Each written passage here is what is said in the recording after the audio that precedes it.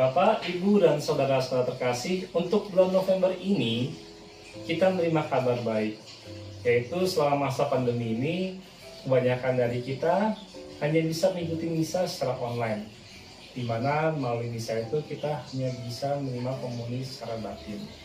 Dan per November ini Keuskupan membuka kesempatan untuk kita semua menerima komuni secara nyata. Dalam kesempatan ini, saya, Romo Kamel, akan memberikan suatu pemberitaan singkat atau katekese terkait hal-hal apa yang akan terkait dalam pembagian komuni ini. Apa saja yang terkait dengan pembagian komuni bagi mereka yang bisa mengikuti misa secara online tapi akan menerima komuni itu sendiri. Nanti akan ada petugas Bapak Ibu sekalian. Ya, petugas ini disebut dengan PPK, petugas pembagi komuni, yang akan diwakili dari setiap satu keluarga, di mana pada saat nanti dia menjemput komuni, dia akan membawa benda yang disebut dengan piksis. Piksis itu bentuknya seperti ini, secara benda liturginya memang ada namanya piksis yang difungsikan untuk menyimpan hosti. Tapi bila mana dari Bapak, Ibu, atau keluarga di rumah tidak mempunyai piksis seperti ini, maka dimungkinkan untuk menggunakan tempat rosario yang bulat seperti ini yang dialasi kain putih.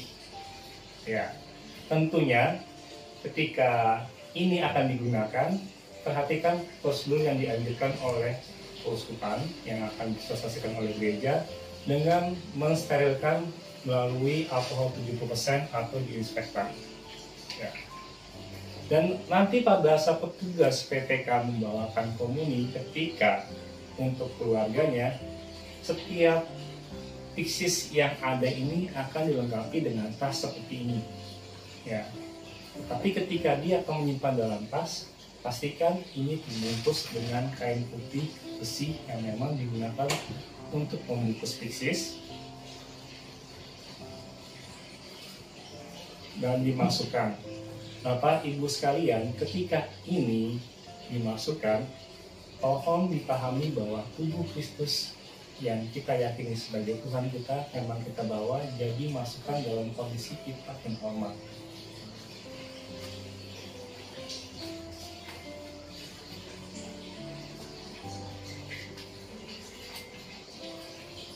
Sama halnya ketika menggunakan piksis dalam bentuk tempat rosario ini. Jadi Bapak Ibu nanti akan masukkan dan tetap ditutup dengan atau dibungkus dengan kain putih yang memang dikhususkan atau disiapkan untuk ini. Dan boleh menggunakan tempat nentek seperti ini dan dimasukkan seperti ini. Baik tempat piksis ataupun tempat yang ada seperti ini akan dilengkapi dengan tali seperti ini. Karena apa? Karena ketika kita membawa ini, diposisikan ini menggantung di leher. Jadi tidak di kantong atau dalam tas atau dalam jaket, tetapi dalam posisi digantung.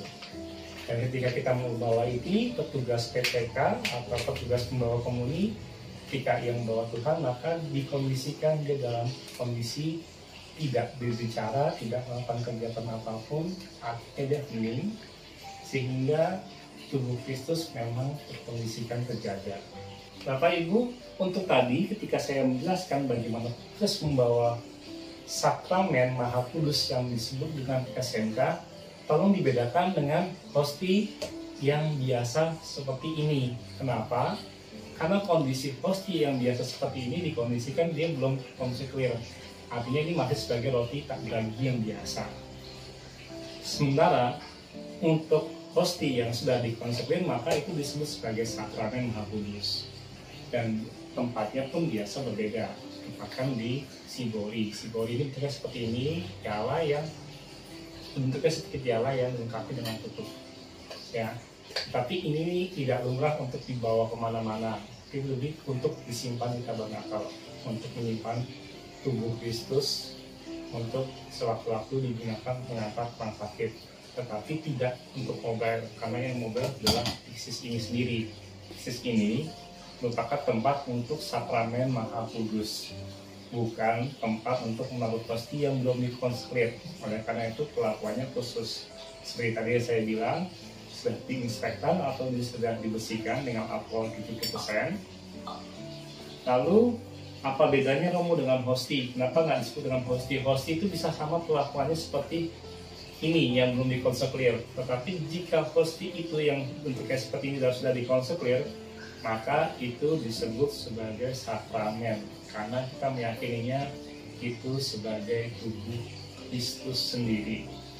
Dan bagaimana perlakuan untuk kita membawanya? Ya karena kita membawa tubuh Kristus, perlakuannya mesti hormat.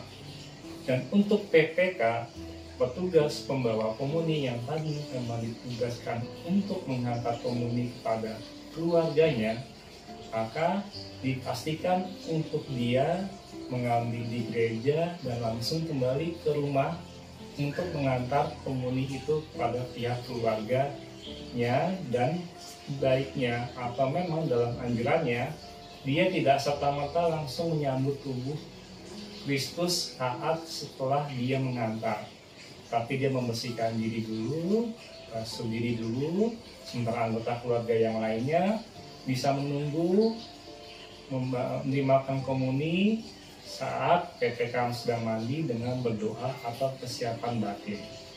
Jadi pengkondisiannya ini kita diingatkan akan perjamuan. Jadi tidak boleh ada yang menerima lebih dulu sementara anggota yang lainnya masih ada dalam kegiatan yang lain.